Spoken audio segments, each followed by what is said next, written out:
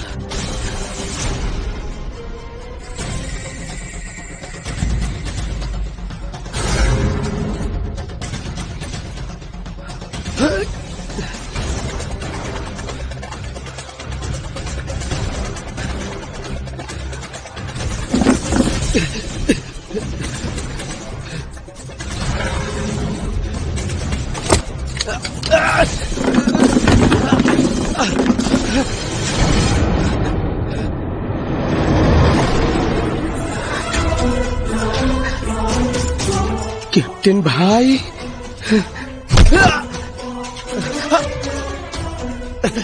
আজকাল তো মোস্তাফিজের চাইতেও জোরে দৌড়াচ্ছিস, এত দৌড়ে লাভ কি?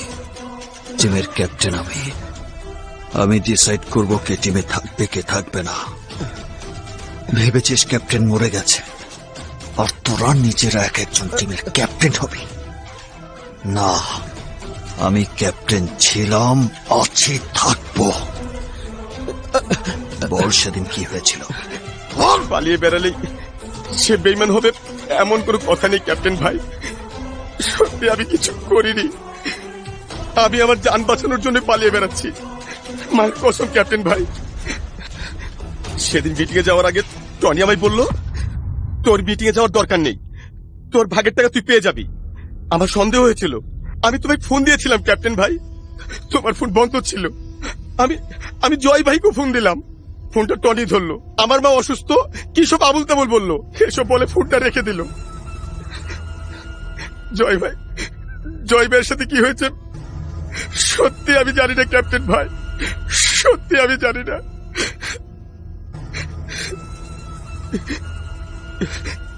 আব্বাস আর মামুন কোথায়? আমি জানি না ক্যাপ্টেন ভাই, আমি জানি না। তুই জানিস না, কিন্তু আমি জানি কোথায় পাওয়া যাবে।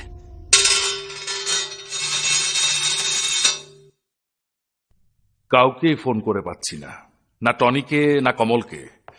ওরা কি সব ম্যাজিকের মতো উধাও হয়ে গেল নাকি? স্যার, এই ফাইলটা। যাও। স্যার, হ্যাঁ? কয়েকদিন আগে আসিফ নামে একজন এসেছিল। সে ক্যাপ্টেনের খোঁজ করছিল, বলছিল ক্যাপ্টেনের ভাই। হোয়াট?